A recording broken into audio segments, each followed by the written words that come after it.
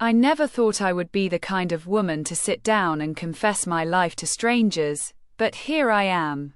Maybe the truth needs to be heard, even if it comes from someone like me, someone who, for years, played the perfect wife in the perfect life. For over 20 years, I was married to a man the world envied. A successful businessman, a man who could walk into a room and command attention without saying a word. Our home was a showcase of elegance, our vacations meticulously planned to the last detail, our social calendar filled with galas, charity events, and high-profile parties. From the outside, it looked like a fairy tale. People whispered about our wealth, our lifestyle, and our seemingly perfect marriage. And I believed it too, at least on the surface. But perfection, I learned, is often a carefully constructed illusion. At first, it was subtle, almost imperceptible. He would come home late, claiming work, but there were nights when the city lights in his eyes didn't match the tiredness he pretended to have. Phone calls he would take in the other room, hushed and quick, that left me with a pit in my stomach I couldn't explain. I tried to dismiss it. I told myself that after 20 years, maybe the passion had dimmed, maybe distance was natural, maybe I was just imagining things. Yet, something in my gut kept nagging. I noticed the faint perfume lingering on his shirts that wasn't mine. I noticed messages popping up on his phone that vanished too quickly for me to read. I noticed the way he smiled at certain texts, a smile that wasn't meant for me. The first real doubt came during a routine business trip he took to New York. He left on a Friday morning, saying he had meetings that would last until late Sunday night. I went about my weekend, trying to distract myself with friends, shopping, and the gym, but I couldn't shake the feeling that something was off. Sunday evening, as I prepared dinner, I received a text from someone I didn't know. "Did he tell you what really happened on Friday?" My hands shook. I didn't respond. I wanted to ignore it, to tell myself it was a mistake, a wrong number, or a cruel joke. But that message opened a door I couldn't close. I started paying attention. Not obsessively at first, just quietly. I noticed he would always keep his phone face down at dinner. I noticed that sometimes he'd leave the room for a call, coming back with a casual shrug, but his eyes were distant. I even noticed a few of his friends acting strangely, avoiding eye contact, giving half-hearted smiles when he walked into a room. Then came the day I stumbled upon the first undeniable evidence. He had left his laptop open on the study desk, as he often did when he was in a hurry. I hesitated for a moment. Part of me screamed not to, that it was a breach of trust, that snooping was wrong. But another part of me needed the truth, needed to know if my instincts were right. And there it was. Emails, messages, and even a few pictures, casual yet intimate, exchanged with a woman I didn't know. Her name wasn't familiar, but the context was clear.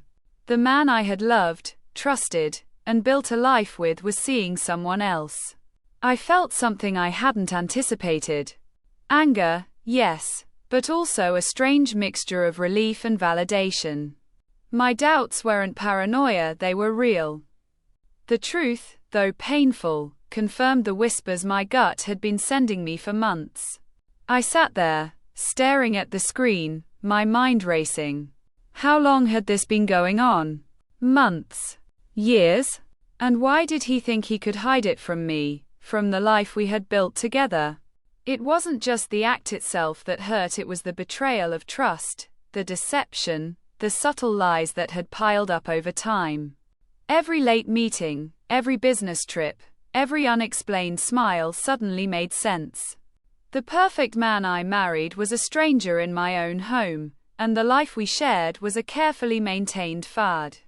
But even in that moment of shock, a strange clarity washed over me. I wasn't going to pretend anymore. I wasn't going to sweep it under the rug, or play the role of the oblivious, devoted wife. This was bigger than my embarrassment. bigger than my desire to maintain appearances. This was about reclaiming the truth, reclaiming my dignity, and deciding what kind of life I wanted from that point forward. I began to watch him, quietly at first. I didn't follow him like a private investigator, but I paid attention to patterns. Dinners that he claimed were networking events. Trips that supposedly required late nights at the office. Text messages that vanished too quickly for casual work-related communication. Piece by piece, I built a picture of what was happening, confirming the horrible truth I had already glimpsed. Yet, even as I confirmed it, I struggled with disbelief. How could someone so successful, so admired, betray everything he had built, including our marriage? Was it arrogance? Entitlement? Or something else entirely? And what did it say about me, that I could be so blind for so long? Then came the next turning point. I accidentally received a forwarded message meant for someone else, detailing plans that would leave him alone with her during an upcoming weekend. This time, there was no ambiguity. The affair wasn't casual flirting or harmless texting, it was deliberate, ongoing, and calculated. My mind raced. What should I do? Confront him? Gather more evidence? Pretend I didn't know? Each option seemed equally impossible and frightening. Confrontation could lead to denial, anger, or worse, but silence felt like complicity. That night, I couldn't sleep. I lay awake thinking about everything we had shared, our vows, our children, our memories. And yet, the images of him with another woman haunted me. The man who once promised forever had built a secret world I didn't belong to. By the time Monday morning came, I had made a decision. I would not let him continue this deception, not just for me, but for anyone else who might be hurt by his actions. But I also knew that exposing him would have consequences far beyond our marriage. His reputation, his business, his social standing, everything would be at risk. And yet, something deep inside told me that the truth, no matter how damaging, was worth it. So I began to plan. Carefully. Strategically. I started documenting everything. Messages, emails, photos, and even witness accounts. Every piece of evidence was stored securely, ensuring that nothing could be destroyed or denied. I wanted the truth to be undeniable, irrefutable. And as I built my case, I felt a strange mixture of fear and empowerment. Fear because the man I had loved could retaliate, could destroy me socially, could turn everyone against me. Empowerment because, for the first time in years, I was acting for myself, not for appearances, not for the world, not even for him. I was acting for my dignity. The day came when I knew I couldn't wait any longer. I had the proof, and I had the clarity. What I would do with it, that was still a question. But one thing was certain, I would no longer be the woman who turned a blind eye to betrayal. I would no longer live in a world where my trust was taken for granted, where my life was a stage for someone else's lies. And so, sitting there with the evidence in front of me, I felt something I hadn't expected. Not relief. Not satisfaction. Not even triumph. I felt the weight of inevitability. I knew that the next step would change everything. Not just my marriage, but our lives, our family, our place in the world. I knew that once I moved forward, there would be no going back. And yet, I couldn't stop myself. I was ready.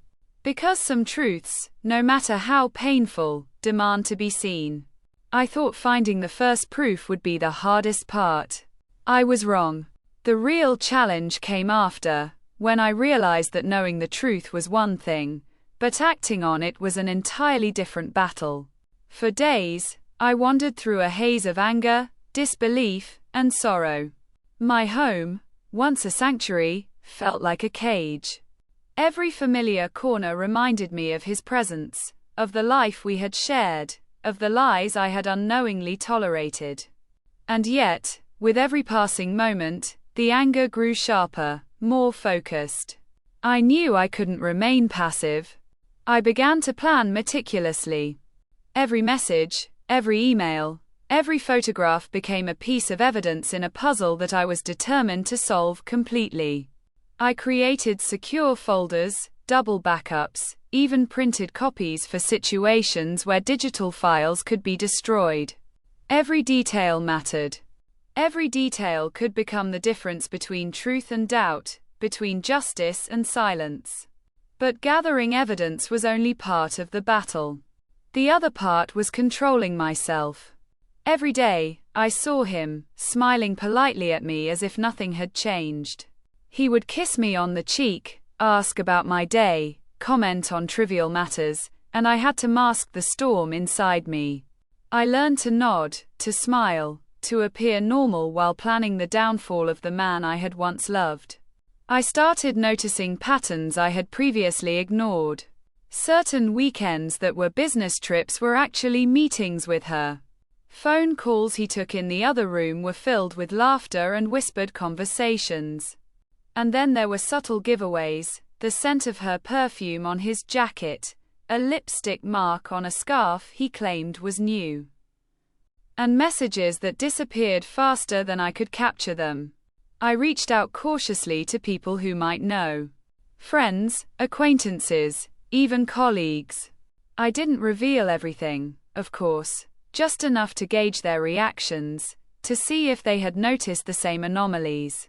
Most were tight-lipped, some dismissive, but a few, surprisingly, confirmed my suspicions.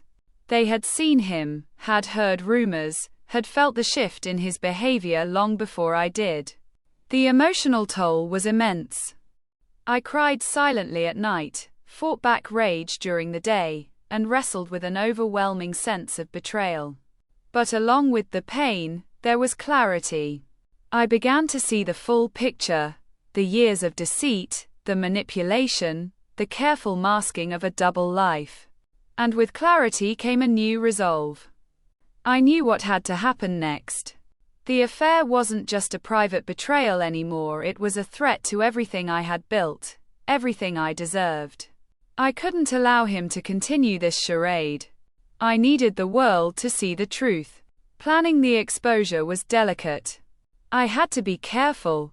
One wrong move could make me look vindictive, desperate, or unstable. I wanted undeniable proof, a chain of evidence that left no room for denial. I compiled everything: messages, emails, photographs, financial records, witness accounts. Every piece told the same story: a man who had betrayed his wife repeatedly, intentionally, and without remorse. As the pieces came together, I also had to prepare myself mentally. This wasn't just about revenge. It was about reclaiming my life, my dignity, my voice. I rehearsed the narrative I would present, the statements I would make if confronted, the facts I would share with those who had influence over his business and social standing. Then came the first opportunity. An upcoming gala, attended by prominent figures in our social circle, provided the perfect stage. I couldn't publicly confront him there, of course, but I could ensure the right people knew. I discreetly shared evidence with a few trusted contacts, individuals whose credibility would make the revelations impossible to ignore. The tension in those days was unbearable. Every interaction with him was a test of self-control. I smiled when I wanted to scream. I nodded when I wanted to expose him on the spot. I carried the weight of every secret, every lie, and every betrayal, and yet I felt a strange empowerment. For the first time in years, I was acting entirely on my own terms. As the gala approached, I noticed subtle shifts. People who had been polite but distant started to whisper, exchanging glances I could not decipher. My husband, always so confident, seemed slightly off balance, though he tried to mask it with charm. I knew the storm was coming, and I waited patiently. On the night of the event, I executed my plan carefully. Through discreet messages, emails, and well-timed conversations, key individuals were made aware of the evidence I had collected. By the time he stepped onto the stage to give his speech, the seeds of doubt had already been planted in the minds of the most influential attendees. I watched from the sidelines, heart pounding, as the reactions unfolded. Subtle, at first, a raised eyebrow, a whispered comment, a phone subtly checking notifications. Then more noticeable, people excusing themselves, huddled conversations, and finally, a few direct confrontations in hushed tones. His confidence began to crack. The man who had always commanded attention, who had always been untouchable in social circles, now faced the silent judgment of those who had once admired him.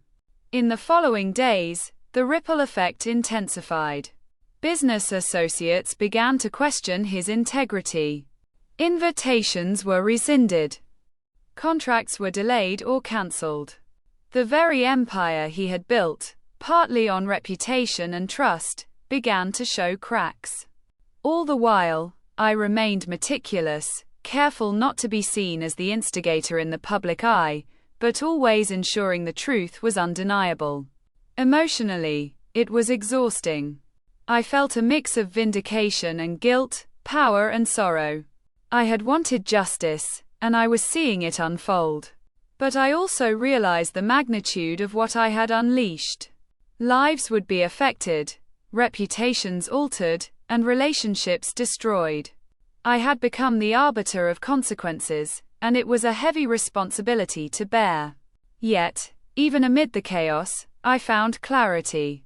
For years, I had been silenced by fear, by societal expectations, by the illusion of wealth and status. Now, I was seen and heard. I had reclaimed a voice that had been buried under deception and pretense. And though the path ahead was uncertain, though the aftermath would be complicated and painful, I knew that standing up for myself, exposing the truth, was necessary.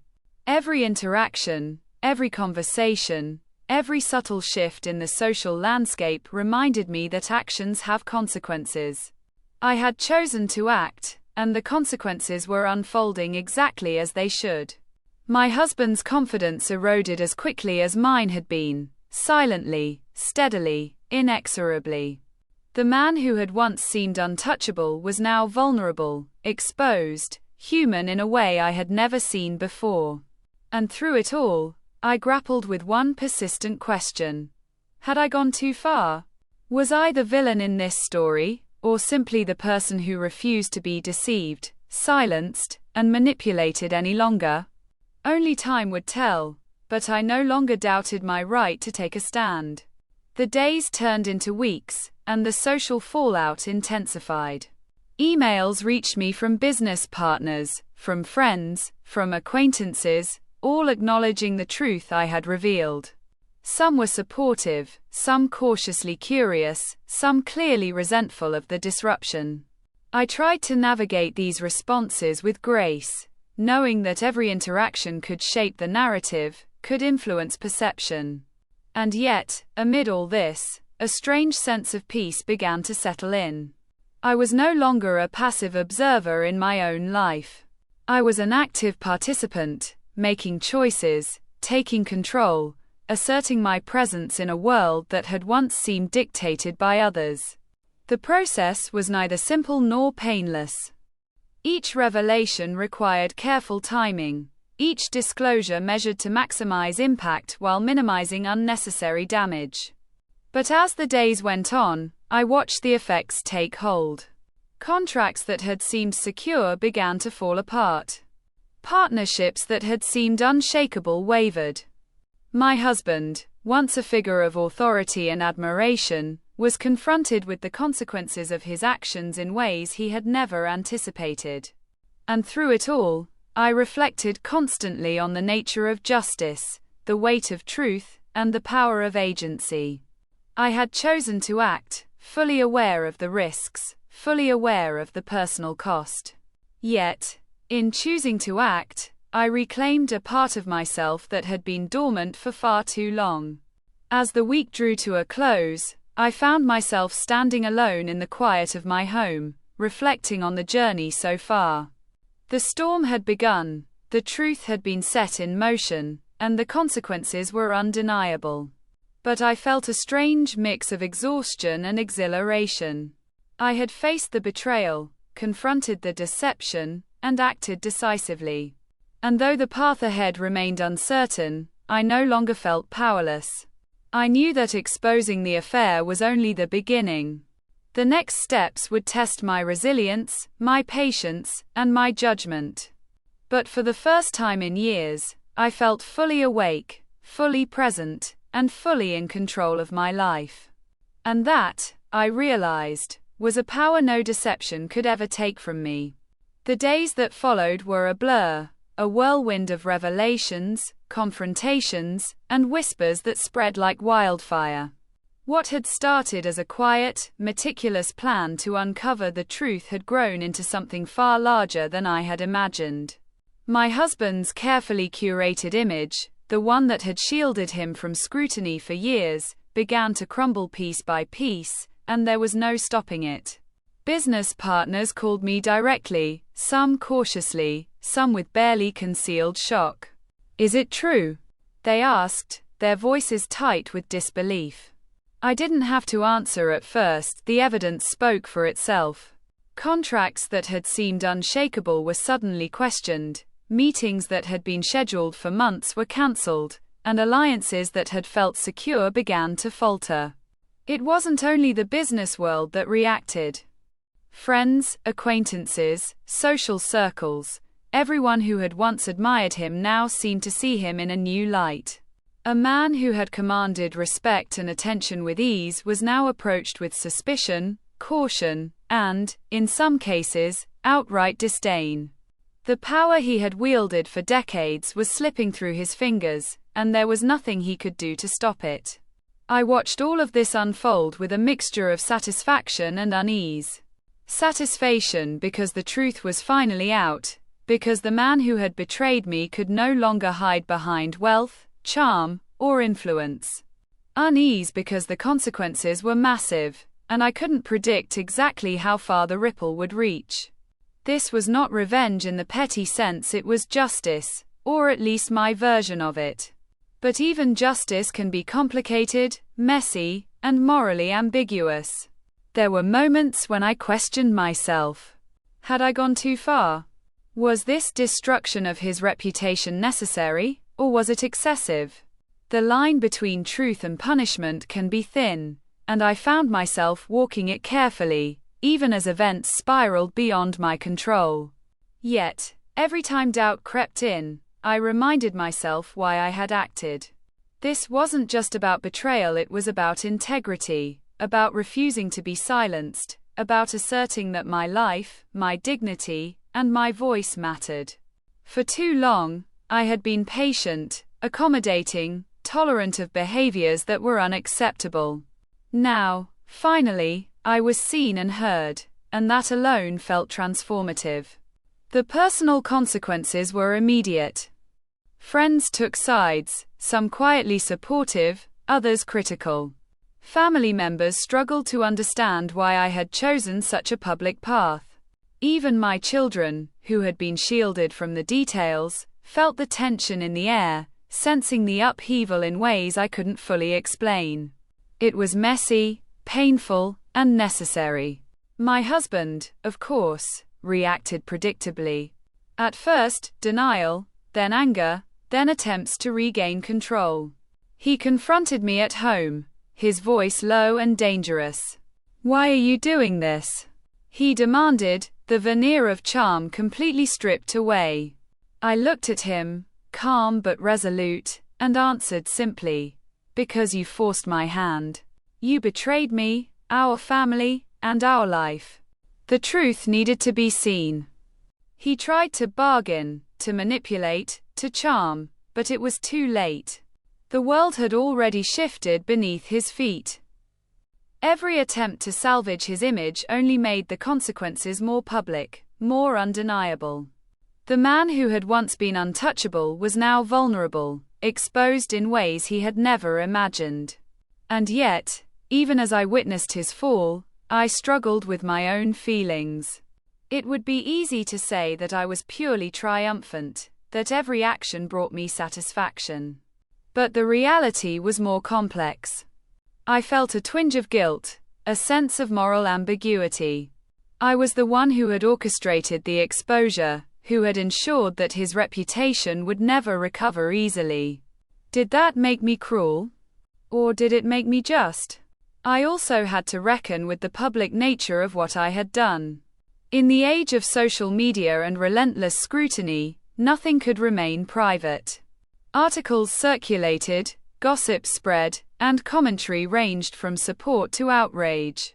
Some called me brave, others vindictive. Some suggested I had weaponized truth for personal satisfaction. The judgment of strangers weighed on me, yet I couldn't allow it to deter me. I had acted in accordance with my conscience, and the moral calculus of my actions was mine alone to navigate.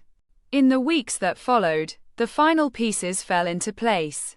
Key business deals were cancelled, partnerships dissolved, and a number of his closest allies quietly distanced themselves. The man who had built a life on trust, appearance, and influence had been laid bare, and there was no returning to the illusion of perfection. For me, the outcome was bittersweet. I had reclaimed my voice, exposed the betrayal, and asserted my dignity, but I had also witnessed the immense human cost of transparency. Relationships were strained, social networks fractured, and the man I had once loved, flawed, deceitful, and human, was diminished in ways that were irreversible. I spent many nights reflecting on what had happened, replaying every decision, every action, every moment that had led to this point. I asked myself the same question over and over. Had I gone too far? Was there a line I should not have crossed? And yet, each time, I came back to the same conclusion. Silence would have been complicity. Ignoring the betrayal would have allowed the deception to continue unchecked.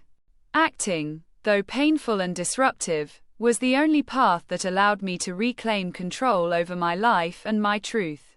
And so, as I stand here now, reflecting on the aftermath, I realize that life is rarely simple or fair. The choices we make can have profound consequences, and the act of asserting oneself can be both liberating and morally complex. I do not claim to be perfect, nor do I claim to have handled everything flawlessly. But I do know this: I chose to act, to confront the betrayal, and to reclaim my agency in a world that had allowed deception to flourish. The final lesson, perhaps, is that truth has power. Not always comfortable, not always kind, but undeniable. And sometimes, the act of exposing betrayal is not merely about punishment, but about self-preservation, dignity, and the reclaiming of one's life. I often think about what comes next. Will he rebuild?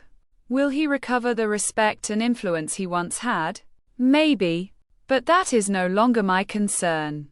My concern has shifted entirely, to myself, to my family, and to the life I intend to lead moving forward, one built on authenticity, clarity, and the refusal to tolerate betrayal again.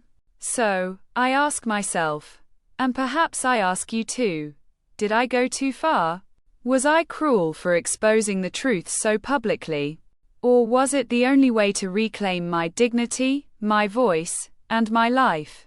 And as I ponder this, I realize there may be no simple answer. Perhaps there never is. But one thing remains clear: I am no longer silent. I am no longer deceived. I am, finally, fully awake, fully seen, and fully myself. And that, I suppose, is the ultimate reckoning.